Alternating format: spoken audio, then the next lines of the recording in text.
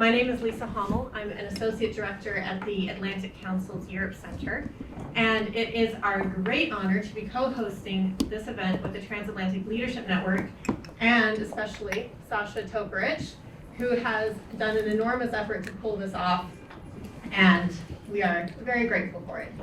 So thank you, Sasha. The purpose of this conference, as many of you know, is to bring together key stakeholders from both sides of the Atlantic to drive conversations on Southeast Europe. Its economic potential, the importance of the region to Europe and to the Transatlantic Alliance. For the conference today, we've got 3 great panels lined up for everybody. This first one is focused on strengthening the transatlantic alliances through business cooperation.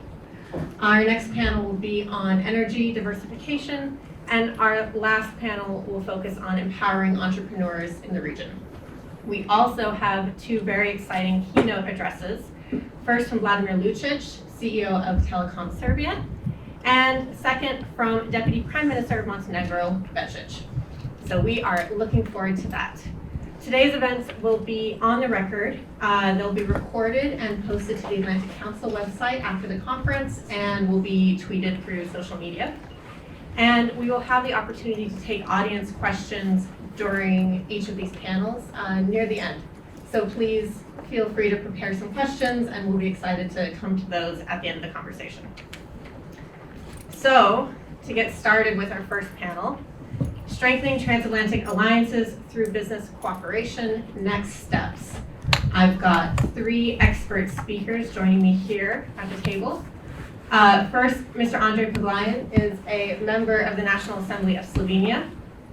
He's previously served in the National Council on the Committee on International Relations and European Affairs, and in his current role in the National Assembly, he holds a position of Vice President of the Constitutional Commission. So thank you for joining and for coming here all the way from Slovenia.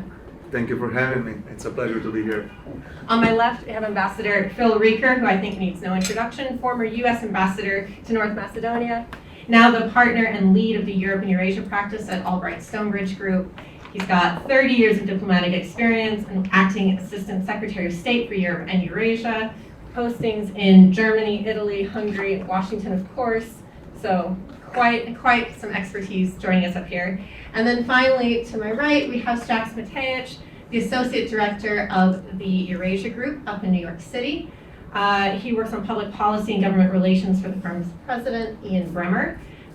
Previously has had many diplomatic postings and research and think tank positions, including with the German Marshall Fund. So thank you all for joining us. Looking forward to this. Today's panel is going to be an opportunity to highlight the forward-looking potential of Southeast Europe. I am hoping for us to focus less on the region's reputation for political dysfunction, perhaps, that it has internationally, and the lingering ethnic issues that people first think of when they think of Southeast Europe, and especially the Western Balkans. Instead, I want this conversation to focus more on the potential, the innovation, and the economic growth that also defines the region and frankly should have more attention than it currently does. Our conversation will have 3 sections. First, we'll look at the big picture, focusing on the role of business in the transatlantic relationship broadly. Next, we'll focus in on Southeast Europe and the Western Balkans specifically. And then finally, I'd like us to touch on the challenges and opportunities to economic growth and doing business in the region and with the region. So after that, we'll be able to take your questions. Start from the big picture. As we are all keenly aware, political relations between the United States and Europe are in a difficult place right now. We're seeing some unprecedented challenges in the transatlantic relationship in the political realm. And my first question to the panelists is, do you think the private sector can help in some way to stabilize this relationship while the political conversations have maybe lost the ease of conversation they've had before? So to start, I think I'll turn to Ambassador Reeker for role of private sector stabilizing transatlantic relationship. Great. Well, thanks, Lisa, very much, and thanks, Sasha, and to all the organizers and all of you coming out, as Lisa said, on this very wet and rainy day. yesterday we could have done this outside and it would have been lovely. I have had a lot of experience, spent a great part of my life in or working on and with the Balkans generally, but certainly my professional career in the Foreign Service as a career officer and now in the private sector has been focused on Europe. If we step back a little bit and think even a decade ago, certainly 20 years ago, the Balkans was still the big story in Europe. If you remember, certainly at the beginning of my career, I joined the Foreign Service in 1992, and the disintegration of Yugoslavia was the big story. The concerns in terms of security, ramifications, economics, historical echoes, just as the Cold War had ended and the Soviet Union had collapsed. We were all focused on the Balkans. I started out in Hungary, which some would say is a Balkan country itself, but don't tell the Hungarians that. It certainly has an influence, and quite a large influence today, I would suggest, from a number of angles. But we were focused on Bosnia, and it's perfect that this year, in the sense that we are commemorating 30 years since the Dayton Accords. Richard Holbrooke, who's someone I worked very closely with a little bit later on the Kosovo conflict, Christopher Hill, who was my first ambassador in Skopje when I went there after Budapest, and we of course worked on the negotiations, the failed negotiations known as the Rambouillet process to prevent a war over Kosovo, which, as I said, we failed collectively to do that and had a NATO air campaign, the legacy of which is still with us. Much later, when I was Deputy Assistant Secretary working on Balkans issues and Central Europe, I worked very closely with Cathy Ashton, Baroness Ashton, who was at that time the first High Representative and Vice President of the European Commission for Security and Defense Policy, and she took on the issue of Serbia and Kosovo, and together with I, as the American representative, taking a sort of quiet back seat, but nevertheless a role that both sides, Serbia and Kosovo, demanded, really insisted on. Kosovars refused to even go to meetings in Brussels if I or an American representative wasn't there, and frankly the Serbian side was equally eager to see and talk to me on the margins of these discussions. And of course in 2013 we had the agreement, the Serbia-Kosovo Brussels agreement. More than a decade later, that remains unimplemented, a lot of unfinished business. And that word business, of course, is partially what we want to talk about in terms of the private sector. I went on later to be Assistant Secretary under Secretary Pompeo, and Secretary Blinken asked me to stay on through the transition until then my successor, Karen Donfried, was confirmed. That was July of 2021, and I went off for a year to head our mission in London. When I came back from London in 22, I was preparing for another assignment that would have taken me back to the region, but I was increasingly of the sense that the shift in just the way the world operated and the world of diplomacy and international relations was far less focused on the traditional diplomacy that I had practiced at various levels for nearly 3 decades.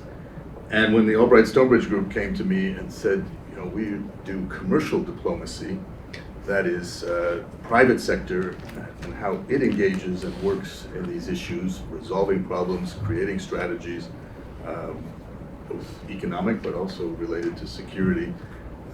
I was persuaded, perhaps presciently, given the evolution of our politics here in the United States and what that's meant for the State Department and for the Foreign Service and diplomacy, to retire. And I called Secretary Blinken in Thanksgiving Day, in fact, in 2022, and said, I'm going to withdraw from the nomination process and I'm going to retire. He was actually very supportive. And so I joined in 23, a little over 2 years ago, Albright Stonebridge Group, which is part of a larger platform known as the DGA Group. And I focus on Europe and Eurasia. We do some work in the Balkans. And in fact, that took me to back to Skopje just last week. I was there for the Macedonia 2025 summit. Macedonia 2025 is an interesting institution, if you will, a program that was formed by Macedonian diaspora, Mike Zafirovsky being one of the major contributors and creators of this forum, John Bitov and others, to see what the diaspora could do, successful people in America and Canada, working with the private sector in Skopje, with educational institutions, and of course with the government over a period now of some 18 years. This was in 2007, just before I went to become ambassador in 2008. And it's been successful in the sense that they've helped guide North Macedonia, as it's now known, of course, without an official role of any sort, but bringing to bear business connectivity, advice, fora at which to discuss what's needed for economic growth and success, and to move certainly that country, North Macedonia, forward on its Euro-Atlantic path, but more broadly on its path to security and prosperity, most importantly, what the people of North Macedonia, but certainly the whole region, are seeking. That meshes nicely with the official goals that we had as U.S. foreign policy for the Balkan region, Southeast Europe generally, and in the vision of a Europe whole, free, and at peace. That is not a slogan that you will hear these days coming from the administration or the State Department, but I think it's so ingrained, and nobody can say that's not broadly what we want in terms of our own interests. A Europe whole, we've supported the idea of the EU because it makes sense, it makes efficiencies in my view. That's not shared necessarily by the current administration. The president has talked about this. When I was working for the first Trump administration, the EU was kind of a questionable structure.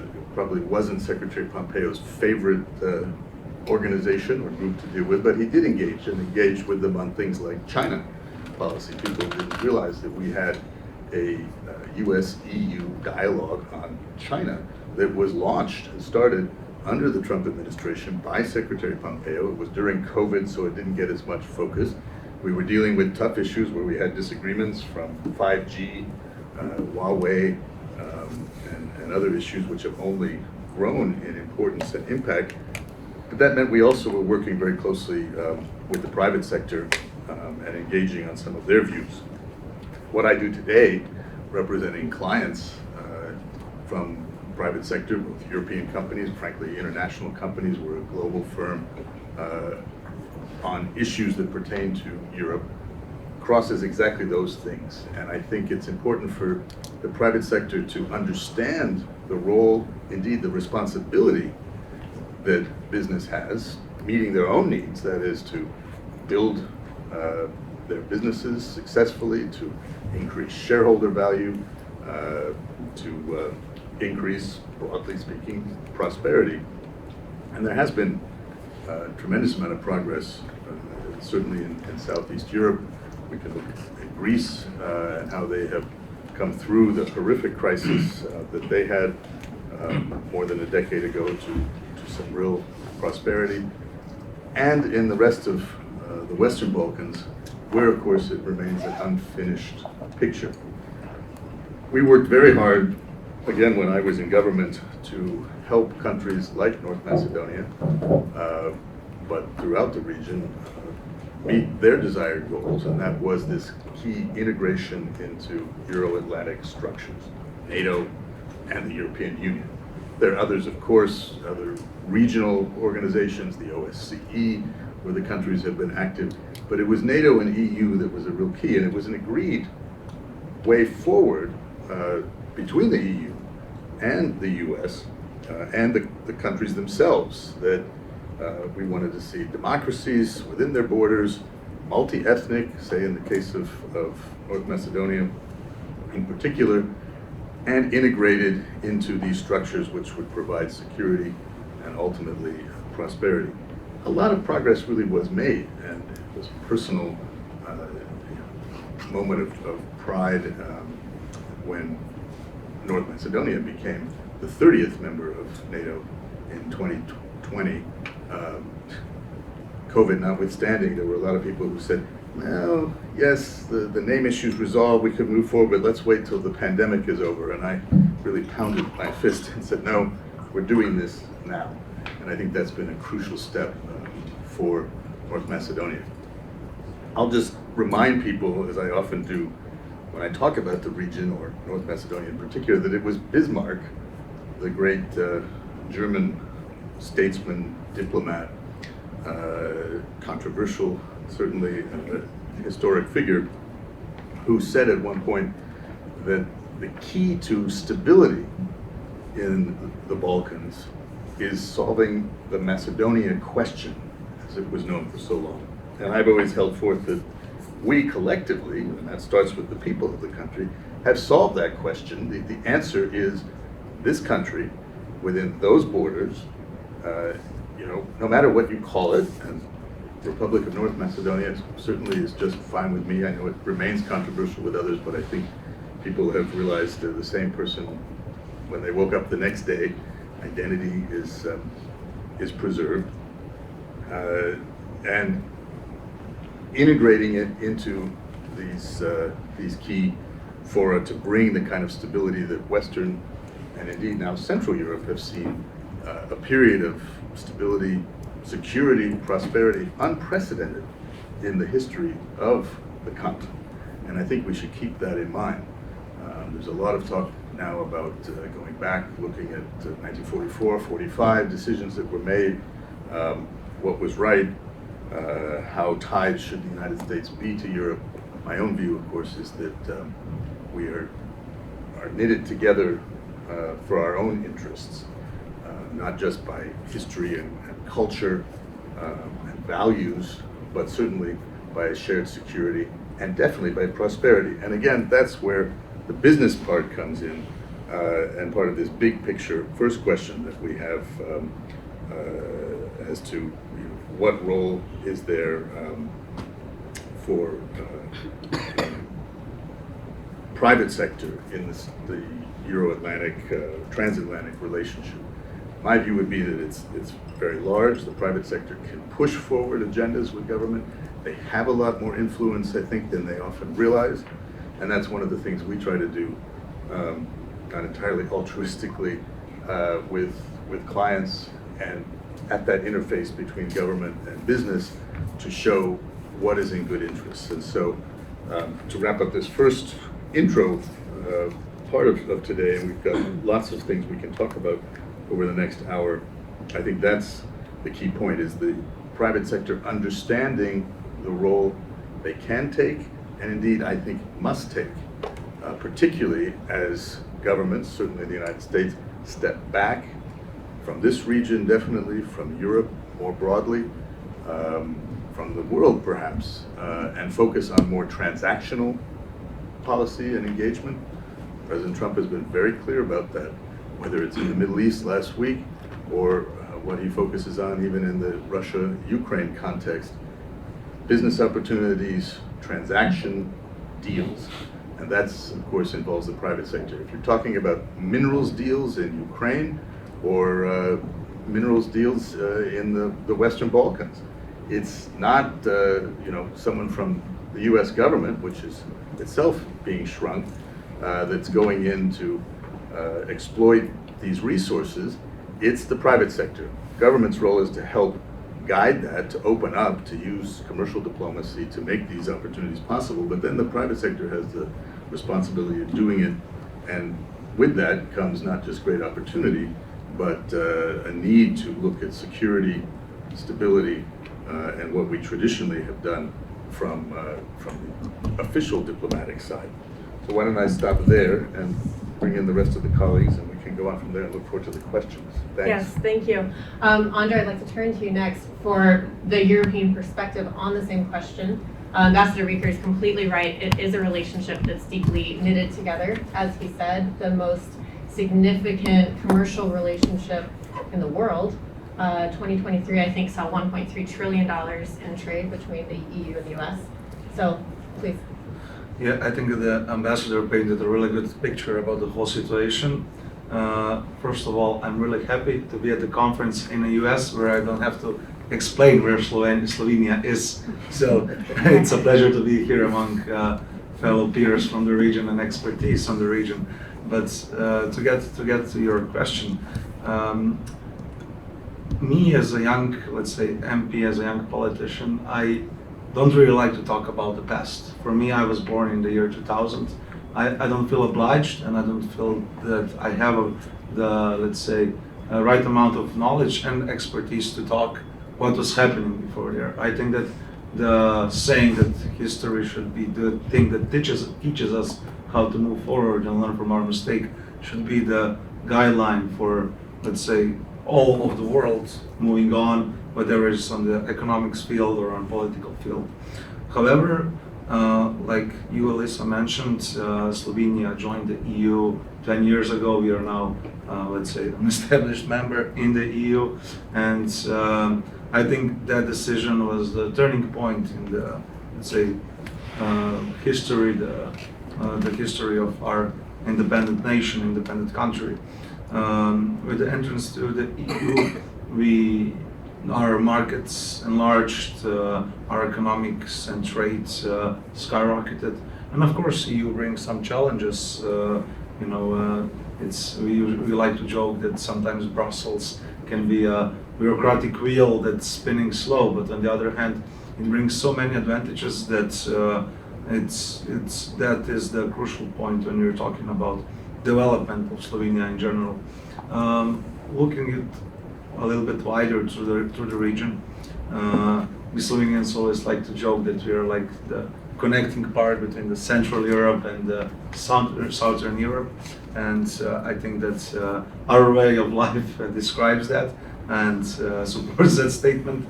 But still, what we see that the most problematic at the moment is that, like I mentioned, the wheels in EU are spinning too slow. Ambassador touched the current USA administration's stance to the EU.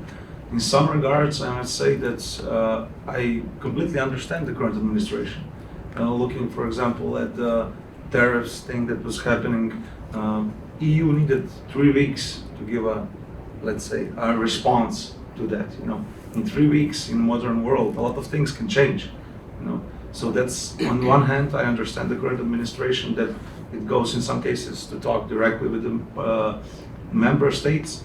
But on the other hand, I think that looking from the geopolitical perspective, EU is a union that has been established throughout history and has deep meaning on general geopolitical and also, let's say, economic sphere. And I think that it's not playing the role it should be playing. Ambassador talked a lot about Macedonia. Let's take Macedonia for example. Macedonia has been in talks to enter EU for more than a decade now, I think. Almost a decade. They became 2005, they became candidates, yeah, so 20 years. Almost 20 years, yeah. And they did everything to enter the European Union. They changed their name, changed their constitution. Balkans and Western Balkans in general is a region of pride, national pride, and so on. And I cannot imagine how hard it can be for the people living there to change the name of the country. Yet they're close to their doors to EU was closed and is still ongoing. So I, on the other hand, think that EU should spin that wheel a little bit faster, because I think that EU is the only guarantee for the prosperity of the region. I think that me as a Slovenian, we chose our path in 2004 when we entered EU. We chose our path of, let's say, pro-Western politics, pro-transatlantic politics that are, I think, brought a lot of positive things even on the economic sphere. Now, to get directly to your question, I think that one thing that, let's say, the cooperative diplomacy, we can call it like that, the one advantage that it does have is that, economics doesn't know borders. For example, we politicians, we usually, even mostly those that we are on the conservative side of the political spectrum, we of course always put our country's ideas first, our country's prosperity first. But on the other hand, economy doesn't know those borders, and of course that can be a huge plus. When we're talking about the establishing a good relationship and moving forward from now on, and especially on the field of having stability, it's crucial that we even strengthen up the cooperative exchange and the incomes and of course exports from different states, different countries. I think that Slovenia can play a huge role in this situation, in connecting the Western Balkans to the, let's say, transatlantic connections. I think that even throughout the history, we're viewed as, let's say, a country that has a stance when it comes to, of course, economic exchange, that we opened up to the West pretty much earlier than the other ex-Yugoslav states. And this is, of course, a role that we must play. And I must say that sometimes I feel sad because our state, our nation, our country is not doing enough on that field. I think we can also, I'm going to be self-critical here, we can do more on that field. We can, of course, we have our voices in Brussels, or even the Slovenia got the Commissioner for Enlargement, and I think that the most crucial role on that field should be the Western Balkans. I hope that someone that is really interested, as someone who's really interested in the region, I think we will do more. And of course, what matters is that the promises that were also given in the Bled Strategic Forum, I think 2 years ago, that the enlargement will happen until 2030. Those ideas, those promises need to be realized, because if not, it's another empty promise. It's another devastating moment, especially for the candidate countries, because this means that EU once again didn't stick to its promise. And of course, when we're talking about the whole continent in general, I think the EU has the role of being an equal partner to the US.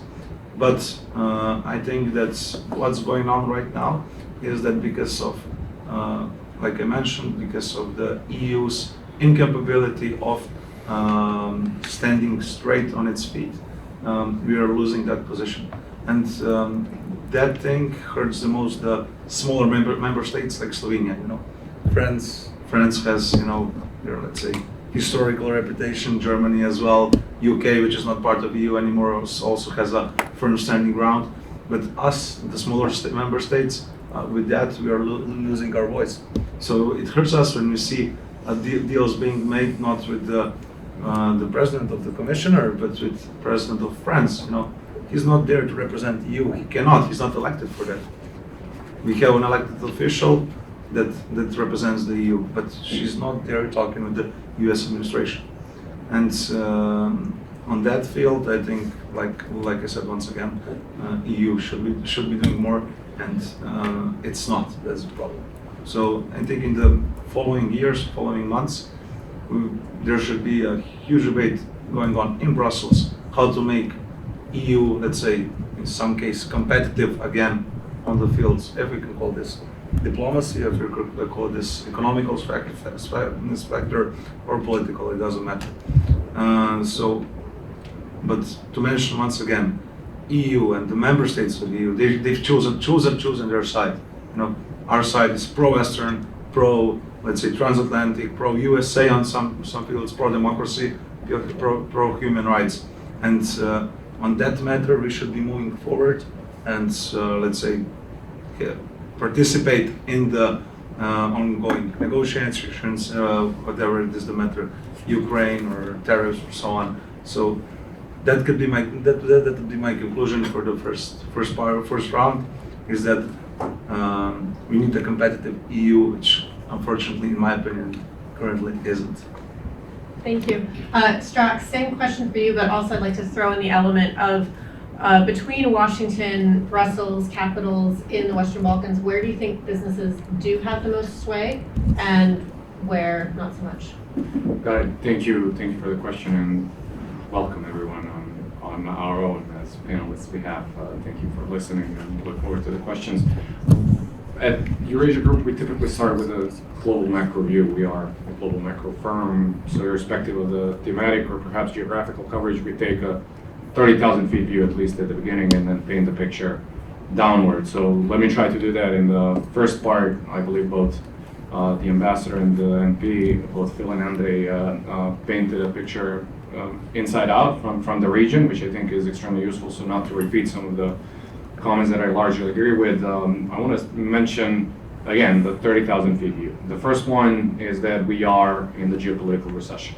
So as businessmen out there, we know that there is a financial cyclicality of recessions. Every 7 to 8, 6, sometimes 6, sometimes 9 year spread is less relevant here, but we know they're cyclical. So we know that the tools that we use, be it if you are governor of Central Bank of China or Norway or United States, pretty much have very similar tools to respond to. And in fact, in 2007 and 8, the G8, the G20 came together and had the same response. Ideological differences notwithstanding, but same response to the crisis. So we attribute the cyclicality. We know we are in for a recession every, again, 7-8 years. We know how to respond to it. My argument is that we have the same cyclicality for geopolitical recessions, albeit on the wider scale.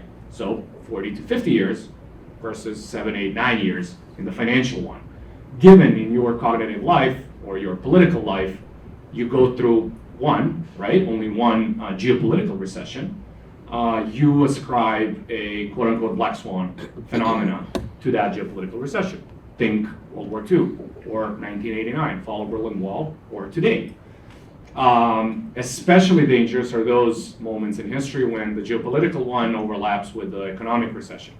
So it impacts, as Lisa mentioned in her framing, we're not going to go on the historical route of unpacking more history per capita than we can consume, as Churchill said about the Balkans, but to unpack the business side of things, looking toward the future.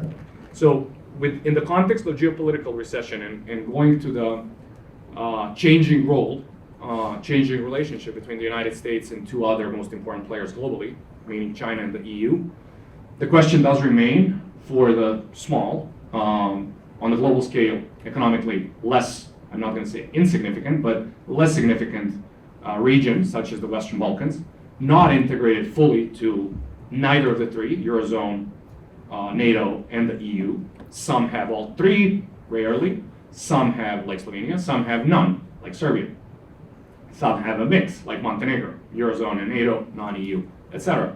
So for that region, in the context of global geopolitical recession, and in the context of changing bilateral relationship, tectonic changes between the United States and Europe and United States and China, this region suddenly becomes more relevant, and if it plays its hand right, and it can hedge in a sense that the companies, institutional investors, individual investors, will be looking for territories that they can put their money in because the relationship is deteriorating potentially between the EU and the US. I'm not saying that it's irreparable, but I am saying that the peace dividend that we've been getting for the past, call it 80 years, since 1945 in Europe, we as collective we throughout the continent, is there no more. And that trade relationships post President Trump's second administration will not go to status quo ante and just assume the relationship they had before, say, 2016 or 2020. On the defense side, it's different. I'm not arguing that the entire transatlantic relationship is going to collapse, but that indeed the trade sources will be distributed, I'm not going to say more fairly, I'm not making a normative judgment, but I'm saying differently than they used to be up until a few months ago, at least. So again, the region can use its strategic relationship with the People's Republic, with the EU, and with the United States to again play its hand right. Think small UAE, not territorially, because most of the countries, actually, I think all of the countries are territorially bigger than the United Arab Emirates, but small in terms of definitely geopolitical influence that it has in the world. So the UAE, is hedging quite successfully, I would say, increasingly now toward the U.S. side following the President Trump visit to the region. But at least in terms of EVs, energy diversification, it's looking more toward China. In terms, obviously, arms supplies, it's in defense, dual use, and AI, it's looking more toward the United States. But those types of micro projects in the Western Balkans, I think, are the way to go for at least investors and companies will be looking for that. It's up to the capitals of those markets to actually make a strategic decision and approach with a very concrete ask and offer to these firms. Another important point that I wanted to highlight is the decoupling that will be coming inevitably between the United States and China. Perhaps as President Xi and earlier President Biden, but also President Trump said, putting a carpet or a floor behind under the deteriorating relationship between Beijing and Washington is true, but it's not a concrete. It's not there to stay. The expectation is that the relationship will continue to deteriorate, and the ripple effects of that relationship will be felt in the Balkans, negatively, but also positively. So again, based on Lisa's guiding questions, looking for the positives, the near and friendshoring that the EU will face will be an opportunity for all of the 6-7 non-integrated markets of the Western Balkans into the EU to play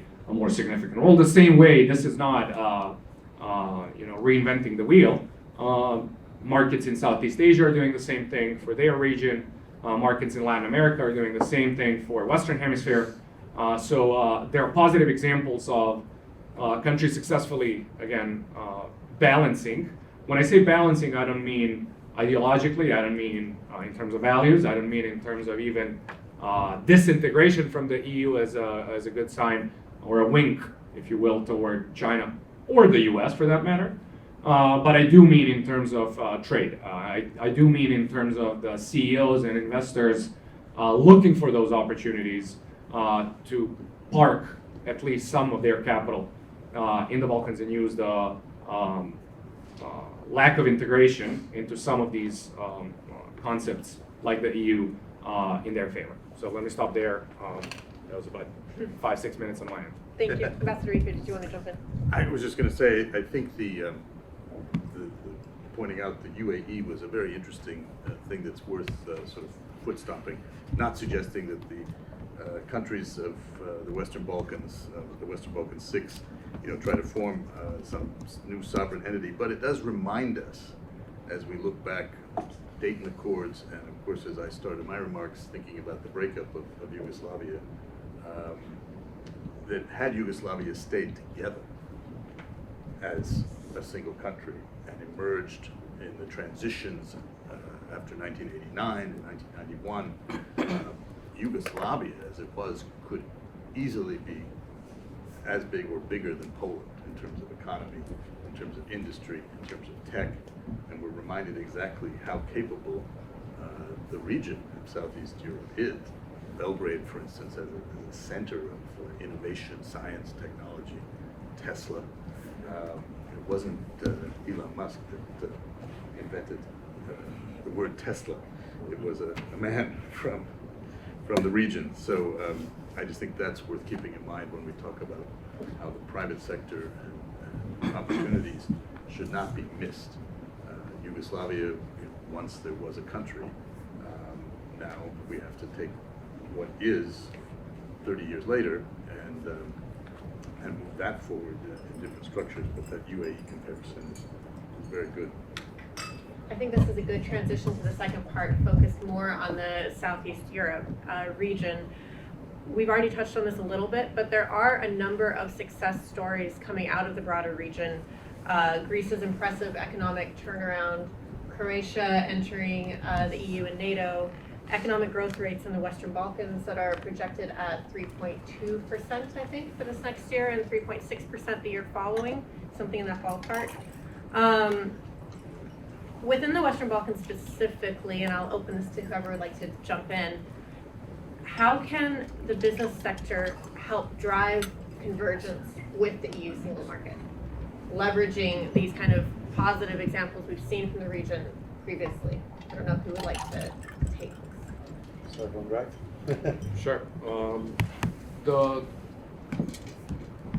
Your question is from the, just to make sure I'm answering it right, from the business sector within the Balkans or with the Either. European or American presence in that region? Could be either way. I was imagining within, but Mhm. answer as you wish. I would focus on that one, the existing capital that is present in the region, given all of this uncertainty, needs to get reinsurance from those markets in order to stay.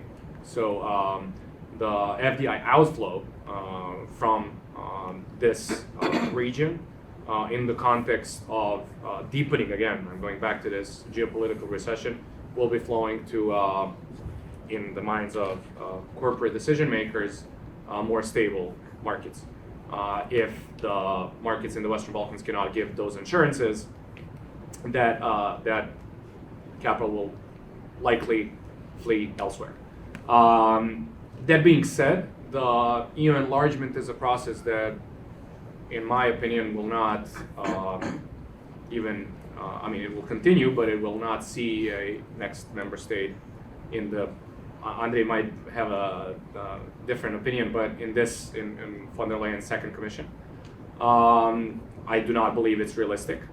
So that's another telling factor. What is the line of argument that the markets in Western Balkans can use to a specific company? I believe it's specific company was the emphasis of my answer, because it depends on what the companies are looking for. The time has passed when the Western Balkans, Central Europe, Visegrad 4, etc., played a role of fairly cheap labor and experienced, say, engineers within the tech sector. So it's not anymore what the US and Western European firms are looking of the Southeast European markets. The same way that the automotive industry from Mexico, first from the US to Mexico, but then from Mexico elsewhere, was fleeing. So that adaptability is necessary. I often see the governments pitching, quote unquote, their services by saying, "Oh, come to us. We have cheap labor and experienced engineers." Sure, but vis-a-vis whom?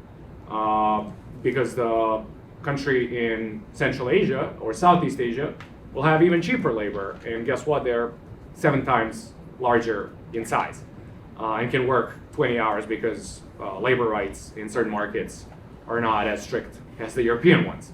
So can you really compete with that quote-unquote pitch? So that type of agility, bringing the value add within the chain, is important. I hope you don't misunderstand me that I'm using commonplace phrases, but I do see that from the corporations, institutional investors, individual investors that we hear from, that those are indeed the issues that we face. One other point, because your question was vis-a-vis the EU, the enlargement. I often hear from my friends and colleagues from member states, but especially from Brussels. They say, "Oh well, getting any country tomorrow of the candidate countries, 6 in the Western Balkans or the other 3, Moldova, Ukraine, Georgia, it's problematic relationship between Tbilisi and Brussels notwithstanding, but one of those 9 tomorrow would be a political decision, and we cannot make it because of that." So I'm a bit appalled, because I studied at Georgetown at School of Foreign Service. We studied European politics, and one topic that they drill us on for 2 years is the deepening and widening of the EU, and obviously the different waves. Tell me which wave of the European Union enlargement process was not a political decision. 2004, the big boom, Slovenia joining, was obviously a political decision. 2009, ditto. Are you telling me that only after a few years, since authoritarian regimes of Spain, Greece, and Portugal ended their rule, we got those three countries into the EU because they were most ready, more ready than Norway and Switzerland. Every single enlargement process of the EU was a political one. Even the very foundation of the EU, sure, trade, coal, aluminum, steel, that's all great. But the basis is ensuring that France and Germany do not slaughter each other anymore. The same way that we created the open Balkan, I wouldn't say small Balkans, but it's already small, open Balkans, the way Merkel started, former Chancellor Merkel started the Berlin process. Those are all interlinkages, hoping that if we earn money from each other and we have interlinkages, we won't slaughter each other again. That's the point of the EU. So the line of argument of political accession is not accession. I do not buy. What I do buy, and that's where I put my pessimism on the enlargement of the EU by the end of this commission, is the fact that the deepening of the EU will need to happen before widening. Deepening meaning changing, quote unquote, the rules of the game. So the qualified majority, the consensus. I often give, only half jokingly, I was recently in the region and I said, do you really think that the French, and Andrej used France as an example, and I'll too, that the French agriculture minister in the meetings with his counterparts or her counterparts with agricultural ministers of other countries will indeed give the opportunity of a, say I'm from Serbia, but Serbian agriculture minister to veto a decision on wine subsidies in France. They already have a lot of questions see under some of the 2004 members that joined. So that deepening indeed needs to happen before. I believe the EU is trying to do it, but it will take some time. When you add an extra layer of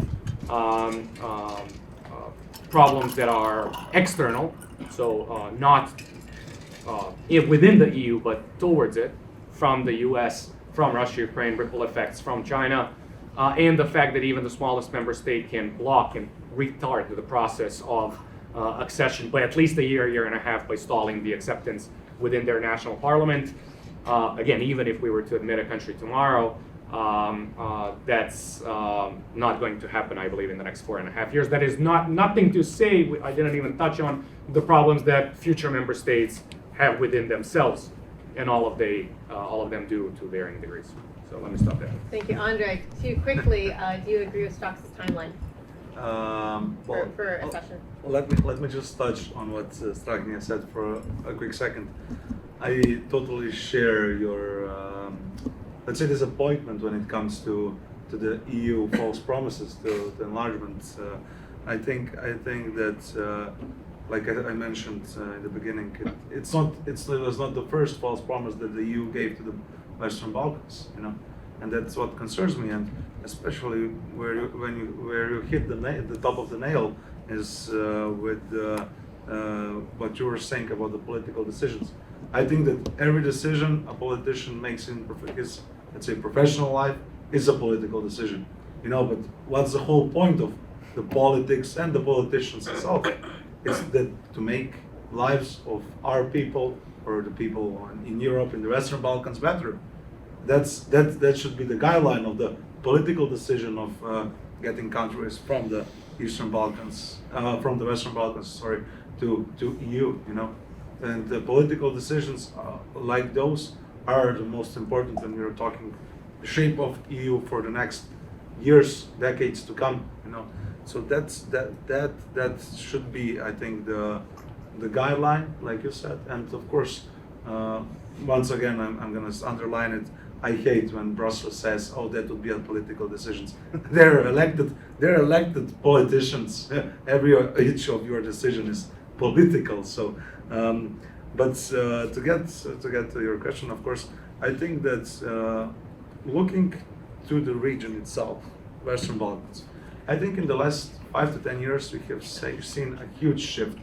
Before, it was usually viewed as, let's say, an area, like Strahinja said, with a cheaper workforce and capabilities to build factories and so on. So basically to make people who, let's say, have special businesses and so on, to make their businesses more optimized, as they say it nowadays.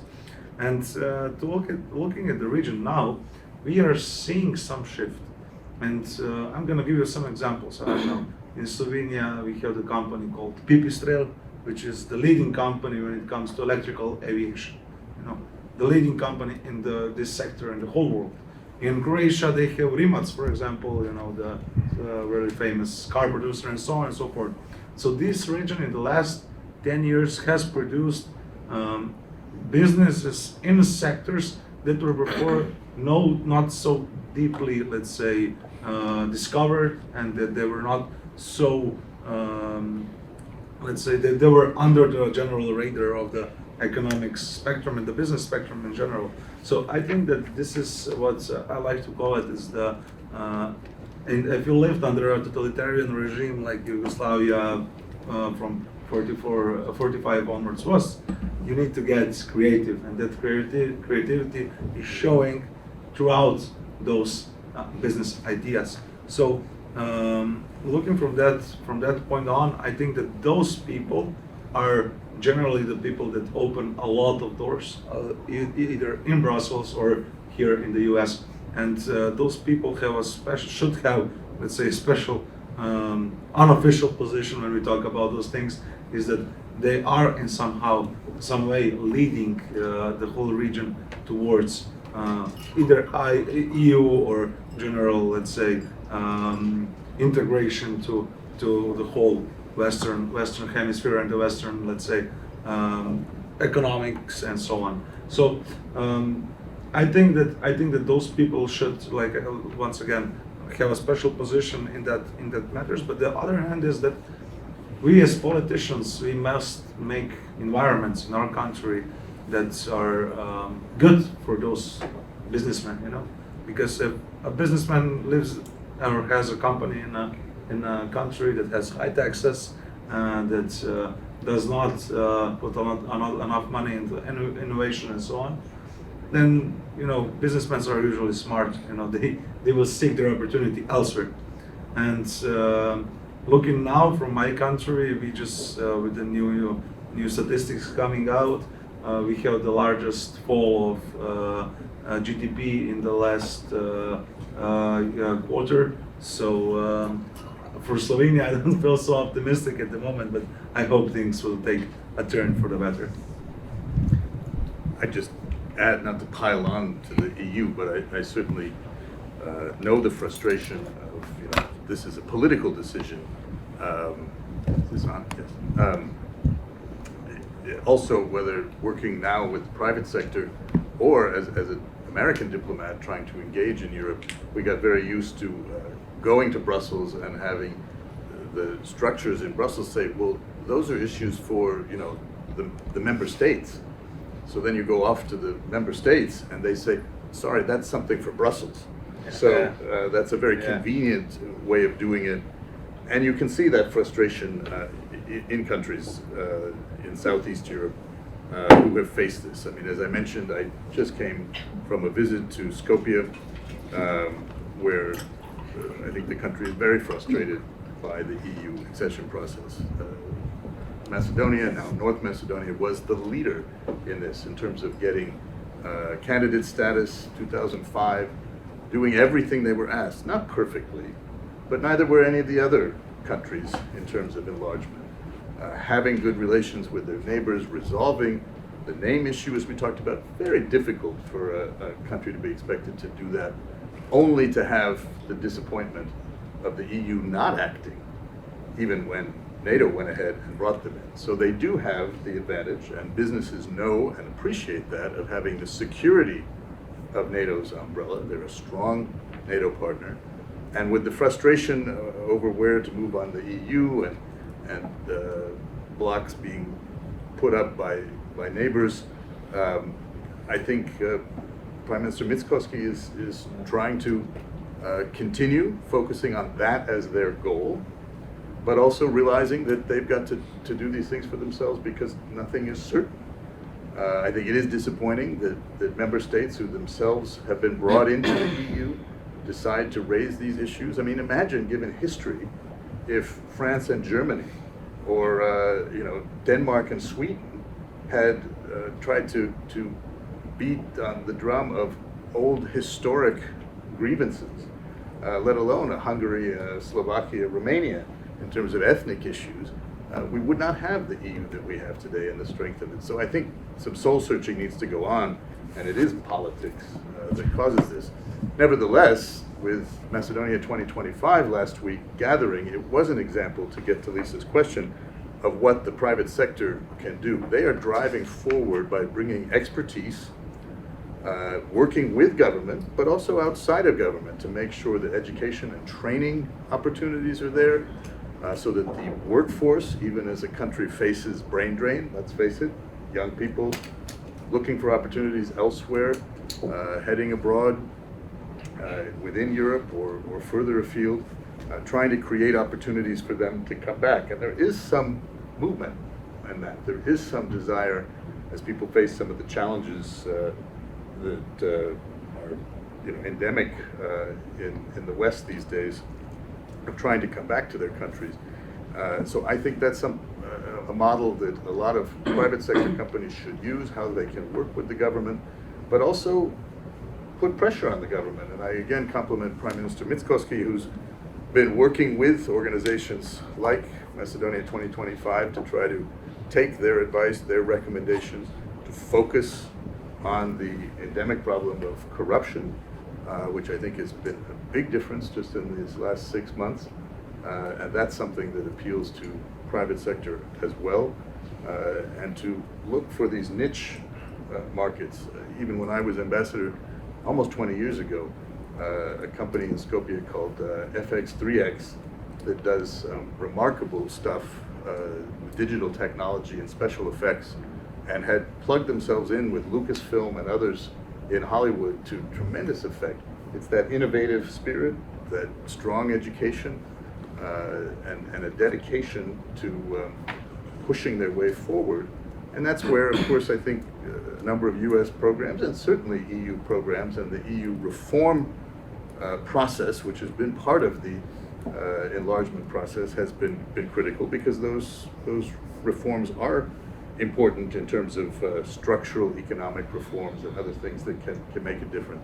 The private sector needs to be pushing that, and I'm sure Vladimir from Telecom Serbia will talk about this, and how important these major players can be in driving policy forward. Can I just add 2 sentences? So all that we talked about now, let's say the stalling from Brussels when it comes to the region, the next thing that emerges from that is Euroscepticism in the region, and with false promises, like I mentioned a few times today, the Euroscepticism just rises and rises. And what that means, it leaves the door open for others to come into the region and play a major role. Now, do we really want to have, let's say, Chinese stronghold in the gates of EU, I know on our southern border of the EU? We should not wish that. And of course, EU should move faster on that field, and of course open its doors to the Western Balkans. Andrej stole my thought on the voters side. I'm just reminded, most recently, one of the pilots that I had to a few weeks ago was with Speaker Matejić, President of Parliament of Montenegro.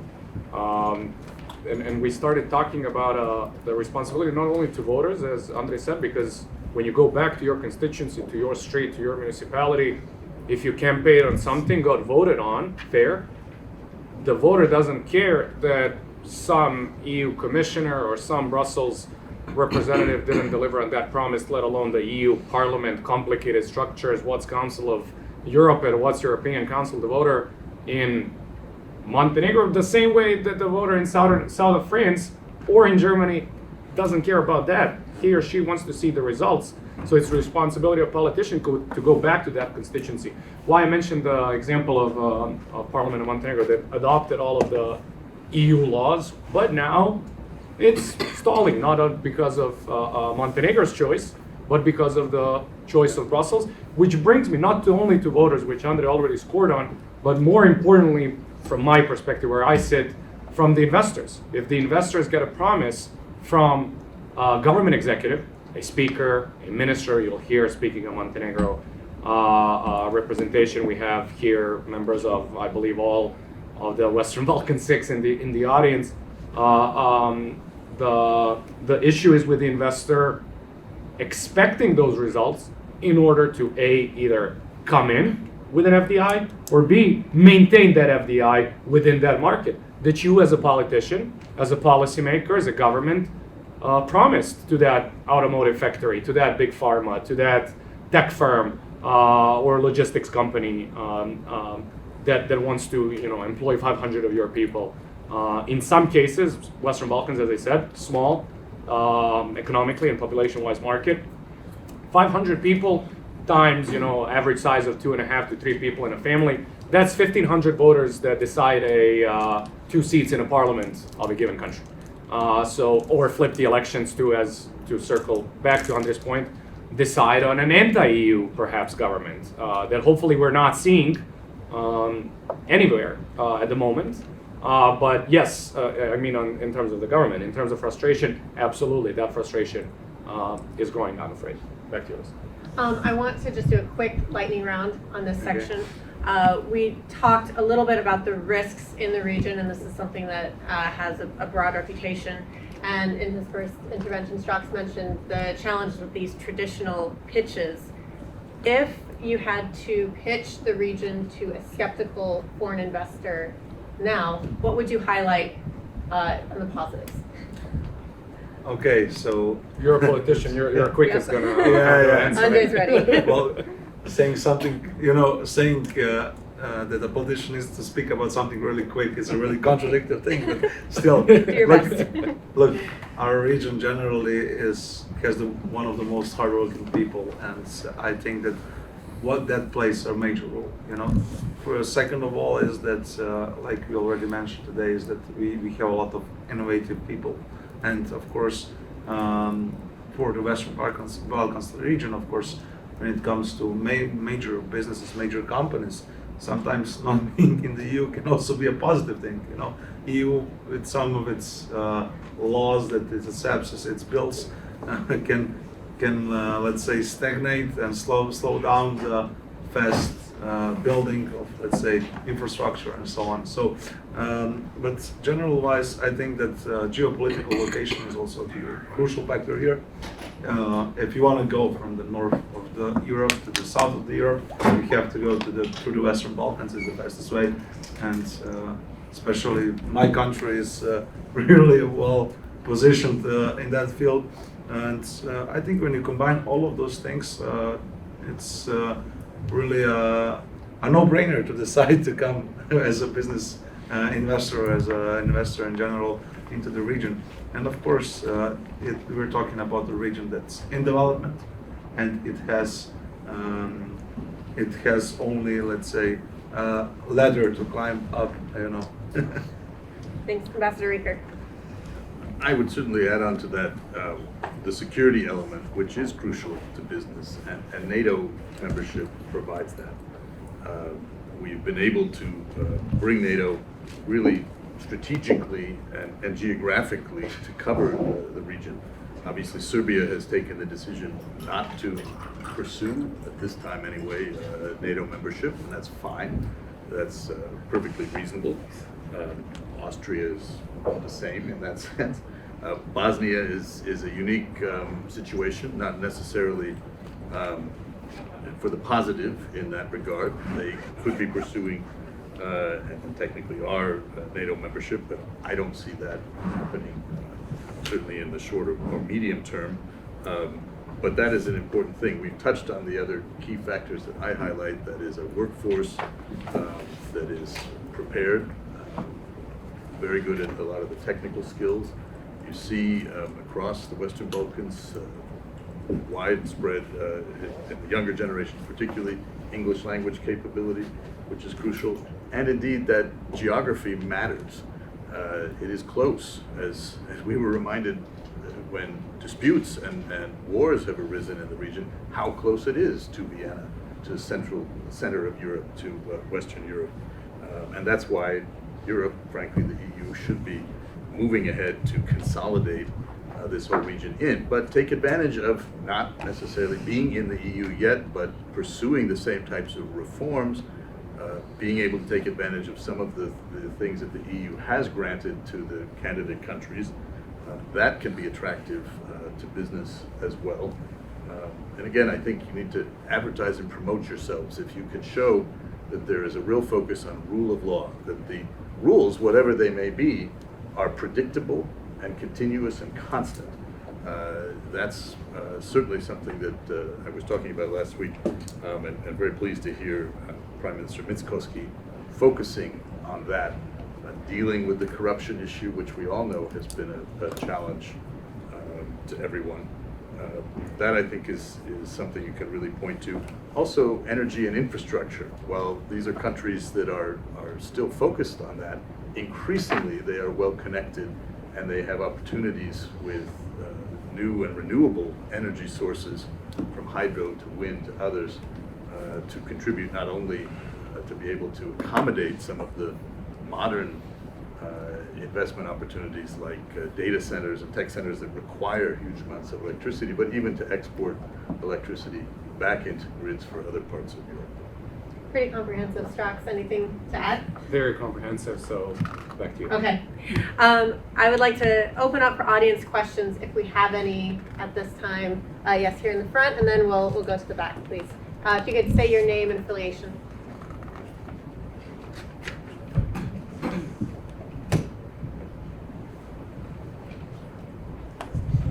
Prey Foundation. Actually, my father was the only journalist at Messina in 1955, so I've always been very interested in the European Union. We talked about a lot of different things, but I'd like to put my question to Andrej, if I may. Around 2017 or 18, your country formed a leading association of professors. I think it was called Professors of AI. It was something which then Japan connected with you, in particular for helping train the various UN colleges, including Germany, which has, I think, the biggest UN college in Europe. And so I was wondering what happened to that. I know that one of the problems is that AI up to 2020 was seen to be more metaverse, and it wasn't seen to be about data sovereignty or deep data, because the big advances in biotech or even in chat didn't happen until later. But you were in the middle of trying to connect technologists, professors, I believe, so I'd love to know what happened to that, or how you see the future of that. So that initiative, yeah, like you mentioned, was done, I think, in 2018, right? Yeah, and firstly, it started off really good, but you mentioned one part of the problems, that the AI spectrum in back then was mostly oriented towards things such as metaverse and let's say augmented reality and so on. But on the other hand, the big problem was that Slovenia as itself can offer, infrastructure to program, to build those things, but the general problem was the distribution of those things. Because if you look nowadays, when it comes to AI on the fields of general use, we see that only, let's say, a race between the big companies. And nowadays, if you have a product that you developed on basis on the AI, next day, when you launch the product, you're gonna have Google knocking on your door, you're gonna have SpaceX knocking on your doors, and so on and so forth. So smaller initiatives get really quickly absorbed in those big organizations, big tech companies, and of course for the producer of those things, it's on the other hand good, because they get paid really big money for that. One of my and Jean's good friend actually works here in Washington, does a lot of businesses with Google and so on, and he says that those things can get really pricey, you know. Just for example, a few days ago, Google was offering around $6 to $7 billion to a guy that just made, let's say, an AI program that you can use also in gaming. So those are the biggest things that when it comes to that field, I think we're only going to see race now, the race between US, especially the major US tech companies, and of course China, where we know that everything that is done on that field is controlled by the state eventually. So that was the general problem. But the initiative that back then was really good. Unfortunately, the world of AI moved so fast, we could not really develop it to the fullest. Thank you. Ambassador Craig, I think, has a question.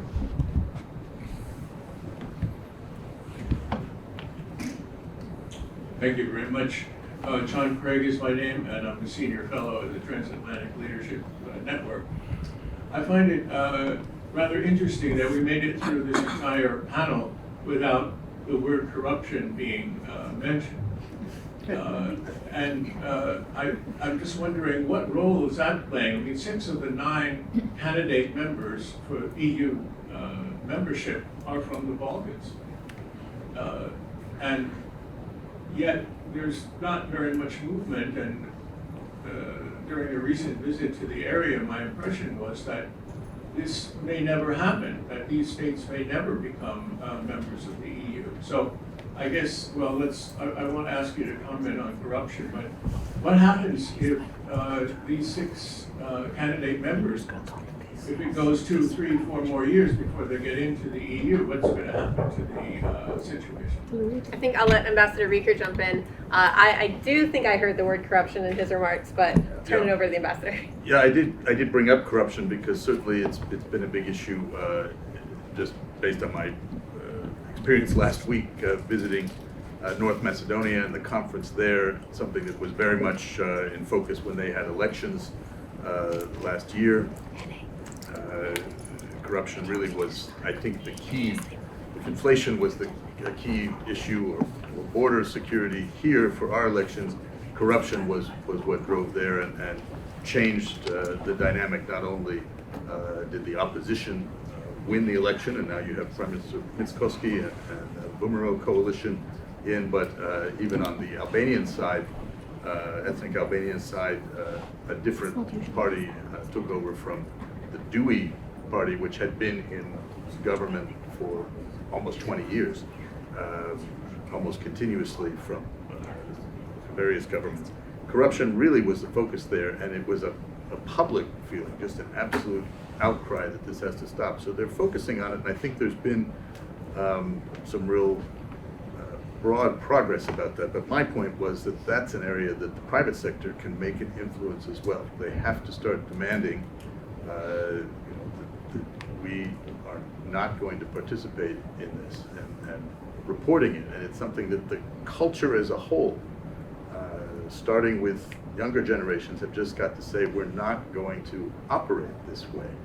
I think your point is right. Part of what we, I think, heard here during the whole panel was that the EU membership is still very much,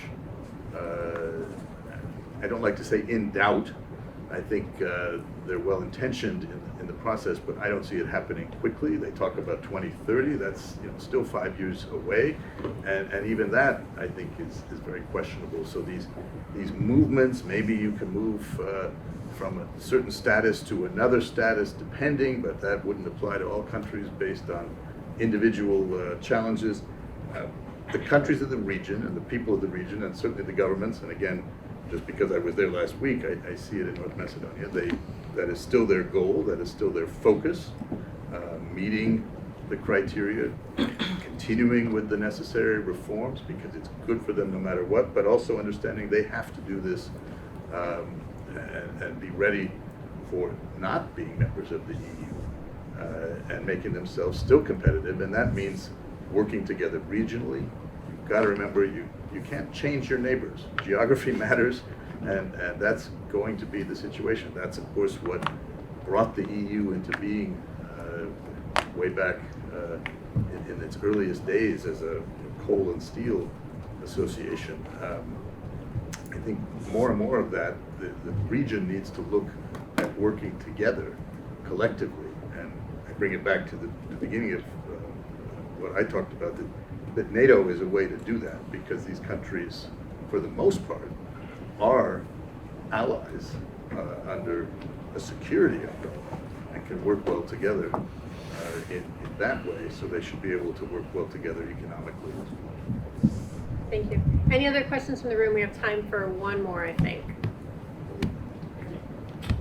Good morning, Ambassador Reeker, Garrett Dean, Air Operations, National Guard Bureau. My question focuses on risk. I think a good example with the private sector and in Europe specifically was Starlink partnering with Ukraine to provide a vital resource. So my question for you is, how do you see the risk of an opportunistic company providing a resource in a developing country in Europe, and how do you think the EU can play a role in mitigating that risk? That's a great question. I want to just highlight the role of the National Guard in the region. The National Guard partnerships that each of the countries of the region have had, I think, have been critical. Whether it's Ohio with Serbia, or in the case of North Macedonia, Vermont, that relationship has gone way beyond the military, was critical in the early days of the Partnership for Peace and the movement towards NATO membership, and even today is well beyond the security sector. There are commercial relationships, there are cultural relationships, civil institutions that work together. So that program, which Secretary Powell, whom I work for, used to always take credit for creating when he was chairman of the Joint Chiefs, has been really critical and helped with risk reduction in the region as well. If that kind of engagement is good, I think countries can look at this region and feel that they have, a certain security guarantee there because of NATO. But big companies can bring, their own security to the fore by investing in these countries, by knowing that they're working with countries that are on the European path, that are European countries, and that share a certain set of values, regardless of the obstacles to EU membership. These candidate countries are working in that direction. There are threats throughout the region to stability, whether it's Dodik, whether it's Russian stirring the pot and disinformation, whether it's potentially Chinese interference. I think leadership and I think populations are aware of that. That's the reason that the EU should be working more deliberatively to bring about this long overdue movement on the membership prospects for all the candidate countries. That is, of course, the challenge for Brussels, and I think the leaders who are recognizing that that remains their goal, EU, have got to have backup plans, and that means focusing on the reforms, attracting foreign investors, big companies, small companies, and getting things done. That is my big mantra, particularly now that I'm out of diplomacy in the formal sense. I tell governments, I tell companies, others, get things done. For too long, particularly in the Western Balkans, we've seen these things, infrastructure projects, certain reforms, just stalled and stalled and stalled for decades. Get things done, and that's what will make the difference.